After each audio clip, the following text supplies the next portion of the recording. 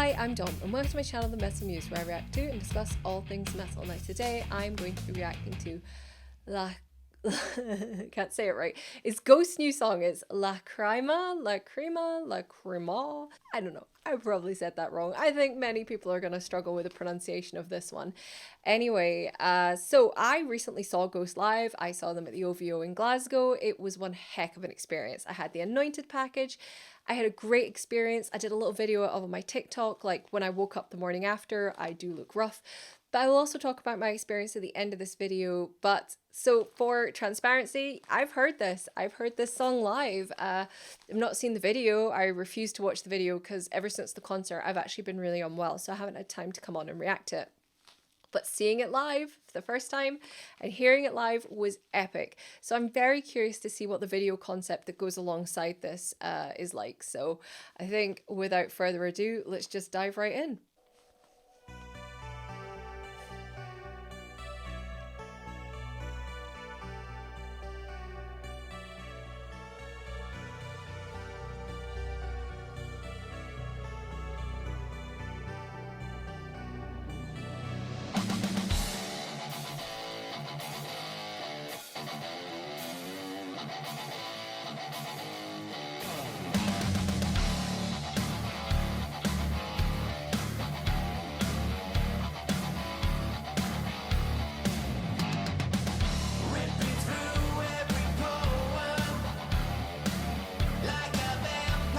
So I know we've just started, but I want to tell you something. See when that started. Like when that started in Glasgow, like the crowd went mental. I cannot describe how good it was. It was just so epic, and you just knew you were in for a treat. And I think we're in for a treat with this video too. And you know what I love is like seeing that mask and that face so much closer. There were big screens, and I was right at the front.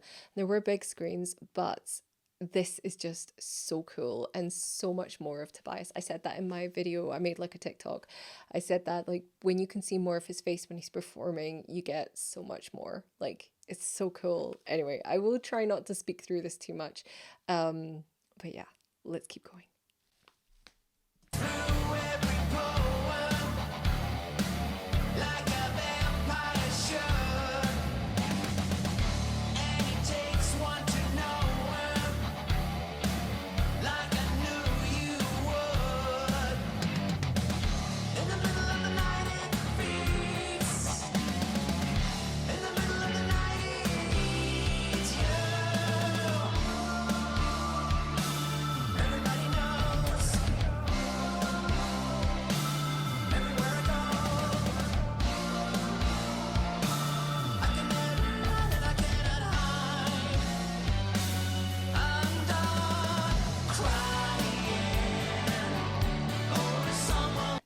Can we just pause and have a moment? The goals. Honestly, seeing this is making me just want to go book another ticket and just go again. I'm still on crutches, by the way, and my leg is still seriously injured. But like, I just want to go do this all again. I just do. I have such post-concert blues, and seeing the ghouls again, like they did this song so well live, and they're just so fabulous. All of the ghouls, the costumes, the whole look. Oh. This is depressing me.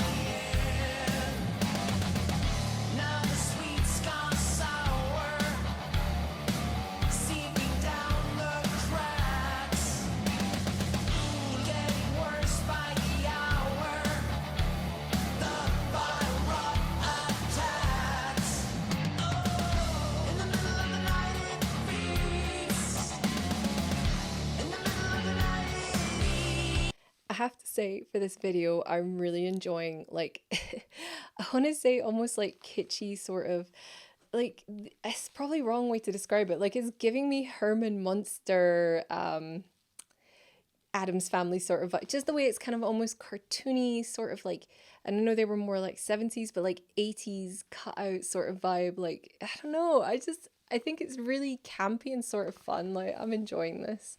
And I love the glitter mask. That's pretty cool. And I promise you, see on stage with all the glittering costumes and stuff, it's just perfection. Like, it works so well as a stage performance.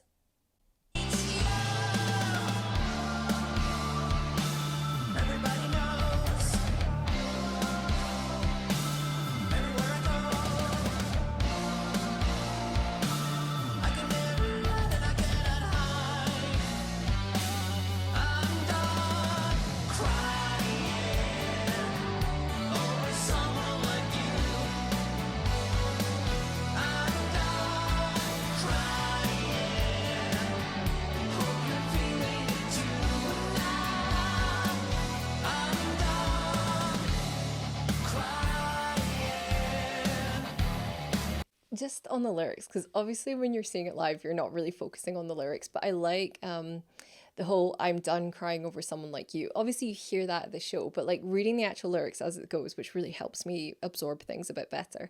This is like a really actually kind of like hopeful sort of song. Like, I mean, it could be a breakup anthem, could be my breakup anthem if I had one, but it would, I like that kind of like, I'm done with this situation, I'm not going to waste my tears on someone like you. And I mean, it could also be situational, but yeah, I'm enjoying it. But also see the Goulet on keyboard, like, did you see her? Like, I didn't know you could hair swish a wimple until I saw her. She's so, they're all so cool.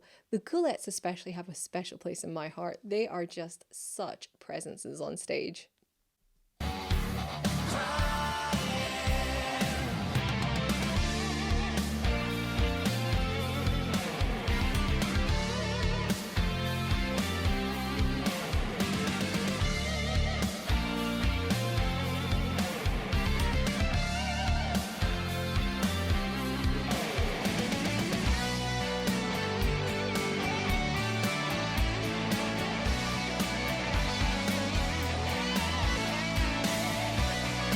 Do you know as well, like, I was just thinking this, people get, I don't know, in the fandom, the fandom's been weird recently.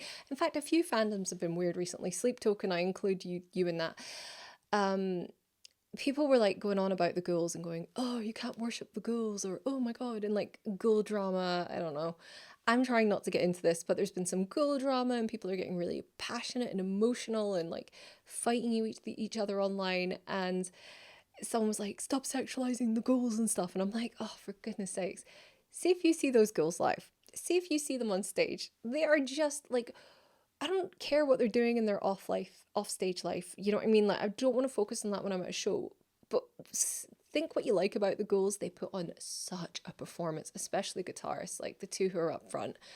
They just were giving such good face and they were so feisty and sassy, and I just loved it. And when you see them there, that's like a hint of how good they are when you see them live.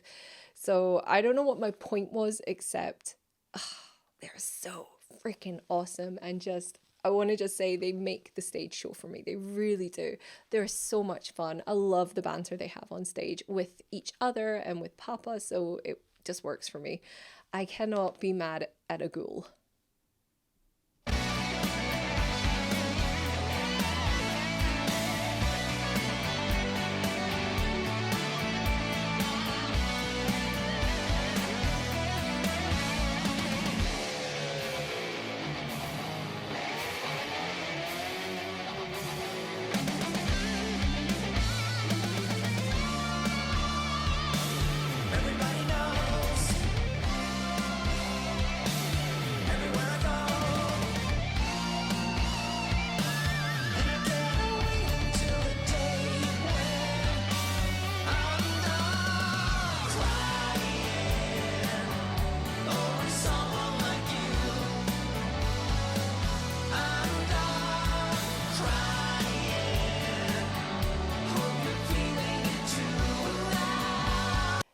This is just such a catchy song, and I promise you, like, see, by the time we got to like whatever chorus it was of this, people were singing along, like singing their hearts out. It was just so good. Like, I'm really enjoying this. Like, the video is good, but like it's really like bringing up the memories of the show, and I am now seriously giving some insane thought to getting a front row apostle ticket for Berlin.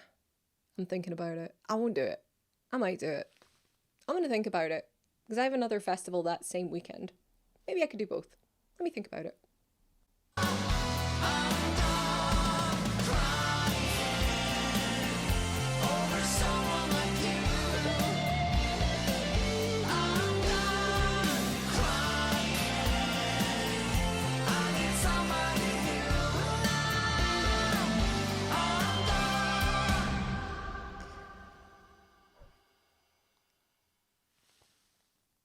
Oh,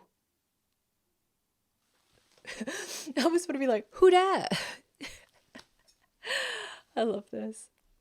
All right, let's talk about it because I really enjoyed that video. It wasn't like the most intricate, complicated, or like groundbreaking one. It was no Dance Macabre for me, but at the same time, I loved it because I love that song. I liked the costumes, I liked the focus on the girls, I love the masking much more up close. It was so good and I liked it and I love that song. So, I mean, thumbs up for me. And I honestly, I have seriously given it some thought. I'm giving it some serious thought now to just go to Berlin.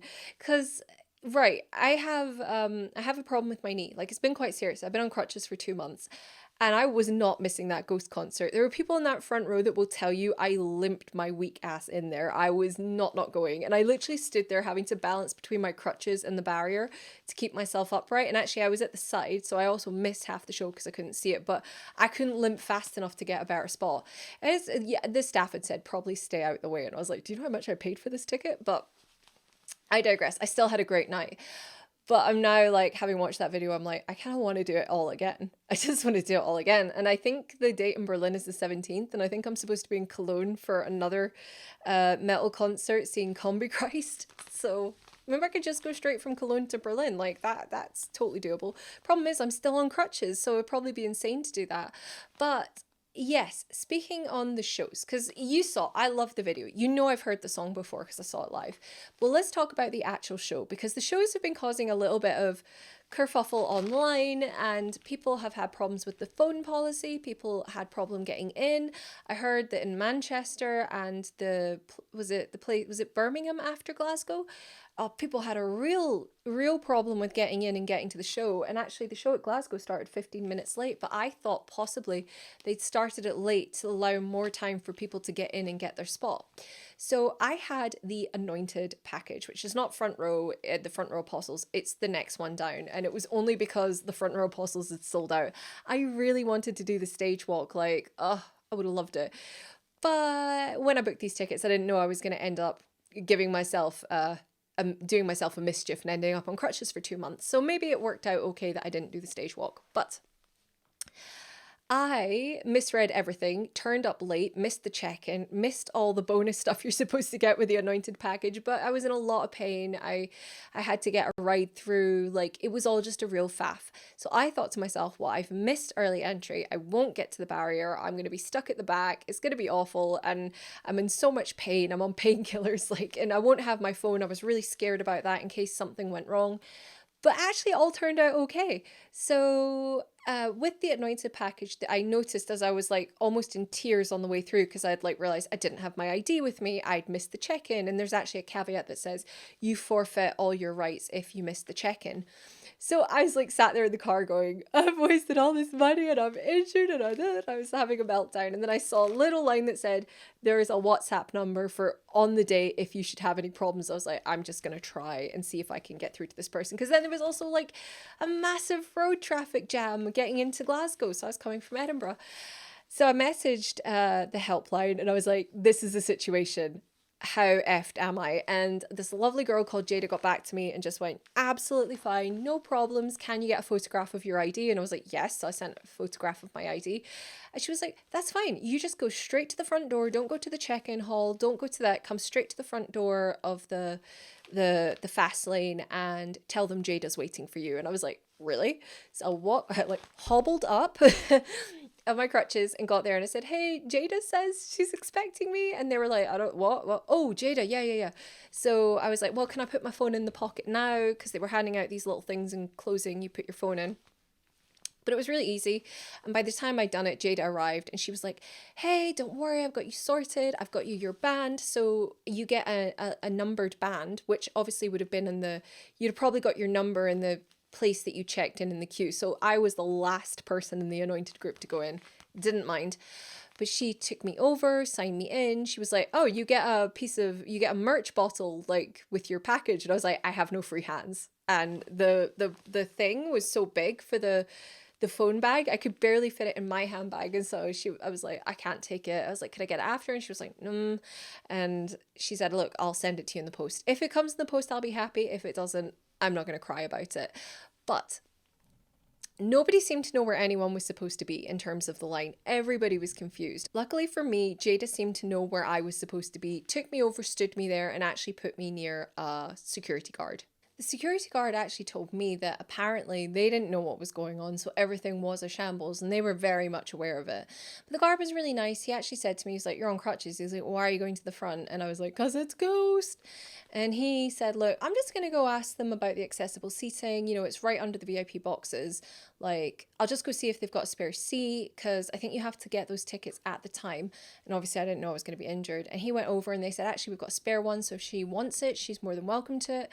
I wanted to try the front row, but he said, well, look, if at any point you change your mind, you go straight over to the box office. They know about you and they'll get you into the accessible seating bit. And I was like, felt really comfortable and confident knowing that there was always an option if I just couldn't handle it. And a couple times I nearly did go, I just can't do this, I have to go. So anyway, we get in eventually, right? And the front row people, they're like going around the stage, having a nice leisurely time. They get to then come down and slowly and happily pick their spots at the barrier. They all went right to the front and had a grand old time, but that's what you're paying for with those tickets. So we then there was like a tape, and they just walked us very slowly towards the stage. And they had us all in different rows depending on what tickets we had. Unfortunately, though, just as we got there, everybody ran, and I couldn't, and I just hobbled, and that's why I ended up at the very corner, like clinging onto a barrier for dear life.